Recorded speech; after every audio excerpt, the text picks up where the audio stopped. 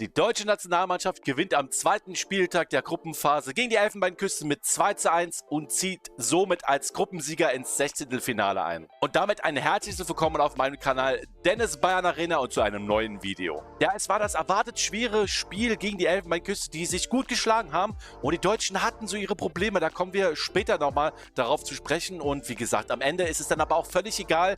Die Deutschen gewinnen 2:1 und wir haben nun 6 Punkte und damit sind wir auch Gruppenerster und ja, wir ziehen ins 16. ein. Ja, und das erste Etappenziel ist damit erreicht für die Deutschen und gegen Ecuador können wir da auch ein bisschen rotieren für das Turnier und schauen uns aber mal an, was im Spiel alles passiert ist. Ja, beide Teams starten eigentlich ganz gut in die Partie. Die Deutschen hatten ein bisschen mehr Ballbesitz, auch ein paar mehr Chancen auf das Tor, aber nichts wirklich Sehenswertes.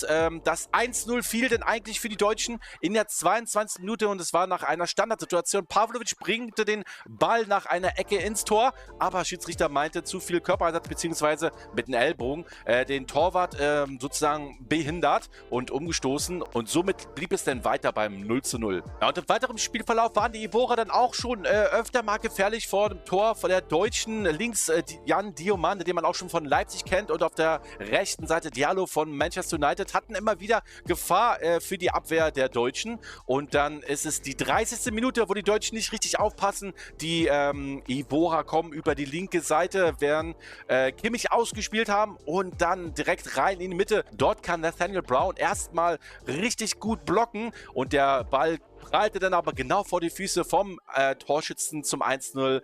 Kessie, der ja eigentlich nur noch dann Einschießen braucht. Ein bisschen ärgerlich, weil die Deutschen eigentlich so, wie gesagt, das Heft in der Hand hatten, das Spiel in der Hand hatten und ein bisschen unglücklich natürlich, wie gesagt, der Block von Brown, der das eigentlich ganz stark macht, auf der Linie geklärt und dann direkt vor die Füße von Kessie. Deutschen schalten da so ein bisschen zu spät, auch wie gesagt, Kimmich ein bisschen zu weit offensiv gewesen und Diamande konnte sich dann auf der linken Seite durchboxen und ja, dann stand es erstmal 1:0 in der 30. Minute für die Elfenbeinküste. Ja, und ab der 30. Minute beißen sich die Deutschen so ein bisschen mit der Defensive der Ivorer so die Zähne aus und kommen nicht richtig ins Spiel, auch ein bisschen zu statisch das Spiel. Viel versuchen die Deutschen auch über die Außen, aber so wie auf der rechten Seite Leroy Sané und als auf der linken Seite Florian Wirtz schaffen sie nicht wirklich, die Bälle in die Mitte zu bringen und auch, wie gesagt, durch die Mitte die Ivorer eigentlich sehr, sehr gut gestanden und somit ging es dann 1:0 für die Ivorer in die wohlverdiente Halbzeitpause. Ja, Trainer Julian Nagelsmann wechselt dann nur den verletzten Nico Schlotterbeck aus. Dafür kam Antonio Rüdiger rein. Ich hätte mir dann doch vielleicht ein bisschen mehr erwartet, dass Julian Nagelsmann vielleicht ein bisschen was auf die Außen tut, vielleicht dann schon viel früher Leveling reinbringt für Sané, aber es hat erstmal bis zur 60. Minute gedauert. Dann gab es einen Dreierwechsel bei den Deutschen und muss auch sagen, dass die Deutschen aus der Halbzeitpause überhaupt nicht gut reingekommen sind. So die ersten 15, 20 Minuten war das schon, ja, zu behäbig, zu viele Fehler im Spielaufbau, katastrophale Pässe teilweise im Mittelfeld und die Ivorer ja auch sehr schnell gewesen, konnten nur das eine oder andere Mal kontern, aber auch nicht wirklich richtig Großchancen kreieren. Und wie gesagt, dann in der 60. Minute erstmal der Dreierwechsel für Deutschland. Unter anderem dann Dennis Undav, Jamie Leveling und Nadiem Amiri auf dem Feld. Runtergegangen sind Jamal Musiala, Leroy Sané und Alexander Pavlovic. Und dann kam so ein bisschen mehr Schwung rein. Gerade Leveling und Amiri haben für ordentlich Wirbel gesorgt und konnten sich eine oder andere Großchancen schon mal herausspielen. Und dann hat es bis zur 68. Minute gedauert, als Amiri dann von der halbrechten Seite einen butterweichen Pass, eine butterweiche Flanke in den Strafraum gebracht hat und Dennis Undav stand genau richtig in der Mitte, konnte den einfach oder musste den einfach nur noch reinschieben, hat er auch sehr, sehr schön gemacht, wie gesagt, schön herausgespielt von Amiri, halbrechte Position, butterweich die Flanke auf Dennis Undav, der braucht das Ding einfach nur noch einschieben zum 1:1 Ausgleich. Ja, und dann das Spiel ausgeglichen und das Momentum lag so ein bisschen eigentlich mehr bei den Deutschen, man hatte das Gefühl, die Deutschen wollten es vielleicht auch ein bisschen mehr Teamgeist, um den Sieg noch zu holen. Lange Zeit ist dann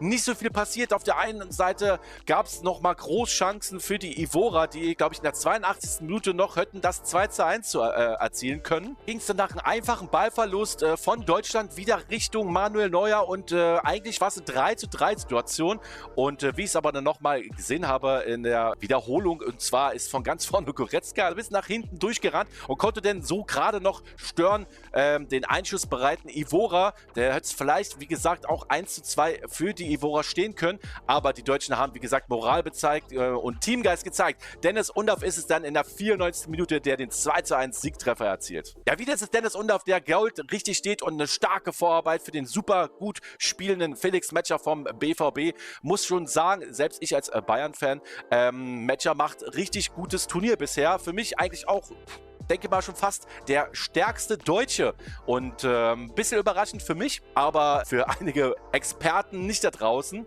aber ich sehe ihn auch sehr, sehr stark auf seiner Position und denke mal, ihr seid mir vielleicht auch einer Meinung, dass Felix Metscher momentan vielleicht sogar der stärkste Deutsche ist. Könnt ihr ja gerne mal unten in die Kommentare schreiben. Ja, auf jeden Fall ist es Felix Metscher mit einer super Übersicht, sieht Undaff, der eigentlich mit dem Rücken zum Tor steht, er dreht sich und schiebt den Ball dann am Torwart vorbei und dann steht das 2:1 rein ins Glück in der 94. Minute. Und wie gesagt, das war ein Sieg der Moral und des Teamgeistes. Aber wie gesagt, ein paar Kritikpunkte haben wir noch. Die Deutschen auf jeden Fall nicht ganz so gut wie noch gegen Curaçao. Das lag wahrscheinlich auch daran, dass die Elfenbeinküste natürlich auch deutlich stärker ist und war als die Auswahl von Curaçao. Und die Elfenbeinküste hat das vorher auch schon unter Beweis gestellt. Die haben auch in einem Freundschaftsspiel schon gegen Frankreich gewonnen und hatten auch da nicht so viele Chancen gebraucht, um zum Torerfolg zu kommen. Die Deutschen, wie gesagt, ein Teamerfolg mit einem 2:1, jetzt 6 Punkte in der Tabelle und Gruppenerster, der Platz ist uns nicht mehr zu nehmen. Ausbaufähig ist auf jeden Fall noch die Abwehr. Da sehe ich momentan eine starke linke Seite mit Nathaniel Brown, der noch Frankfurter, der macht auch ein gutes Turnier bisher. Oft kleine Schwierigkeiten zwischen Schlotterbeck und Tah mit der Abstimmung. Hat mir ein oder das andere Mal nicht so gut gefallen, gerade beim Spiel in der Elfenbeinküste. Und wie gesagt, im Mittelfeld, da gab es viele Fehlpässe und viele Ballverluste, einfache Ballverluste, die natürlich auch zu Kontern geführt haben. Das müsste man auf jeden Fall im Laufe des Turniers auf jeden Fall noch abstellen. Ansonsten gehen wir mal ein bisschen in die Offensive. In diesem Spiel hat man gesehen, Florian Wirtz auch nicht ganz so gut angekommen, genauso wie Musiala gegen die doch gut kampfstarken Ivora, und Leroy Sané hat sich auch wieder die Zähne ausgebissen auf der rechten Seite und ja, auch nicht wirklich immer die richtige Entscheidung getroffen. Keine Kritik, aber oft was so im 1 gegen 1 hat dann vielleicht ein bisschen das Abspiel gefehlt. Manchmal die falsche Entscheidung getroffen, hätte man doch eher abspielen sollen, anstatt ins 1:1 zu gehen, meiner Meinung nach. Ansonsten war es ganz okay. Wie gesagt, es war kein berauschendes Spiel. Im Endeffekt fragt aber keiner nach, wie man das Spiel gewonnen hat. Es steht das 2:1 da und verbesserungswürdig ist es auf jeden Fall. Ich würde mir aber auch wünschen, oder ich gehe mal ganz stark davon aus, dass gegen Ecuador doch eine andere Mannschaft auf dem Spielfeld stehen wird, eine Startelf. Erstmal brauchen wir da auch nicht unbedingt noch Punkte zu holen, und das andere ist auch, dass wir da auch ein paar Sachen ausprobieren können.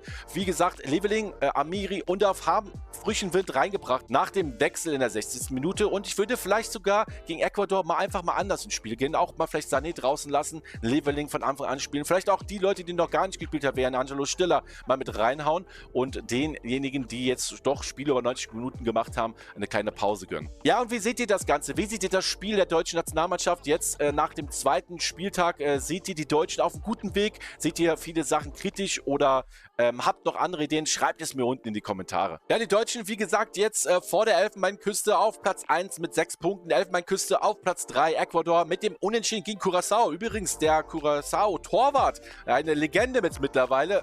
Er nur 8 Tage jünger als Manuel Neuer und hat einen neuen Rekord aufgestellt. Ich glaube, es waren 13 oder 14 Paraden in einem Spiel gegen Ecuador, sind nicht über ein 0:0 herausgekommen. Und ja, erstmal Gratulation für Curaçao auch zum ersten Punktgewinn bei der WM. Ja, und somit haben wir folgende Ergebnisse am zweiten Spieltag der Gruppenphase bei der WM 2026. Tschechien gegen Südafrika 1:1. Schweiz schlägt Bosnien-Herzegowina mit 4:1. Kanada mit einem 6:0 gegen Katar. Mexiko 1:0 gegen Südkorea. Die USA in einem sehr guten Spiel 2:0 gegen Australien. Schottland verliert am Ende dann 1:0 gegen Marokko, aber es war auch ein sehr tolles und interessantes Spiel und sehr kampfstark auch die Schotten und auch die Marokkaner. Saibari mit dem nächsten Tor für die Marokkaner, und da hoffen wir natürlich auch, dass bald die Unterschrift folgt auf dem Vertrag zum FC Bayern München. Dann haben wir noch das 13:0 der Brasilianer gegen Haiti. Die Türkei überraschenderweise schon in der Vorrunde ausgeschieden. Nach 24 Jahren endlich mal wieder für eine WM qualifiziert. Und dann gibt es nur 2 Spiele für die Türkei und sie scheiden schon aus. Nach dem neuen Modell mit dem ganzen 42 Teams scheiden die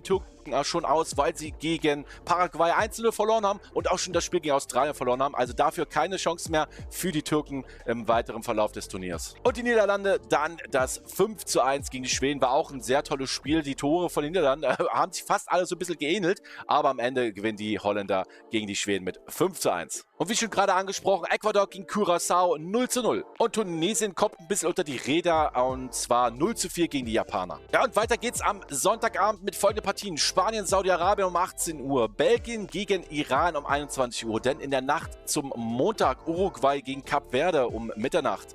Die Neuseeländer spielen gegen Ägypten um 3 Uhr nachts.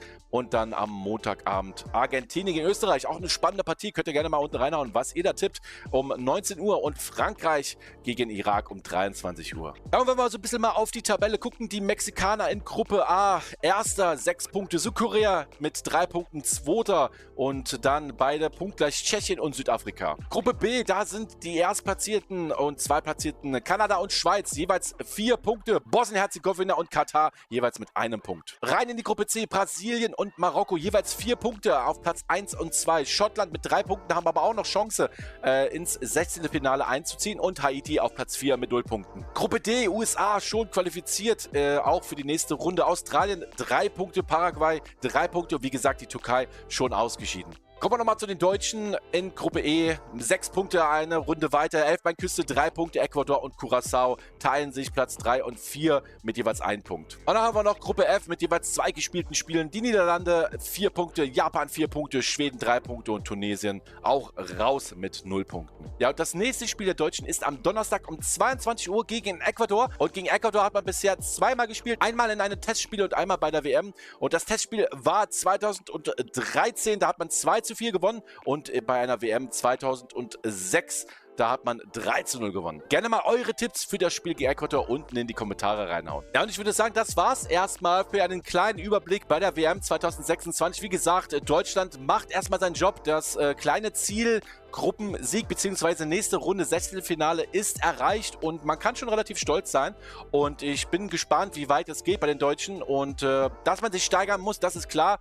Ob das Team gut zusammenwächst, muss man auch erstmal sehen. Eine kleine Doku hätte ich vielleicht für euch noch. Und zwar, die ich gestern nach dem Spiel der Elfenbeinküste gegen Deutschland gesehen habe. Und zwar Kapitän Kimmich hieß die Doku auf ZDF. Kann ich nur empfehlen. Richtig guter Einblick um Joshua Kimmich beim FC Bayern und natürlich für die deutsche Nationalmannschaft. Alles beim ZDF zu sehen, ist keine Werbung. Ich will es nur mal erwähnen, weil ich das relativ interessant fand und vielleicht der ein oder andere auch nochmal zwischen den Spielen ein bisschen Lust hat, eine Dokumentation sich reinzuziehen. Also wie gesagt, Kapitän Kimmich beim ZDF und weiter geht's dann, wie gesagt, am Donnerstag mit Deutschland gegen Ecuador. Ja, ich hoffe, euch hat das Video gefallen. Gebt mir doch gerne ein Like und lasst ein Abo da und wir sehen uns dann bis zu meinem nächsten Video oder zu meinem Livestream. Also bis dann. Ciao.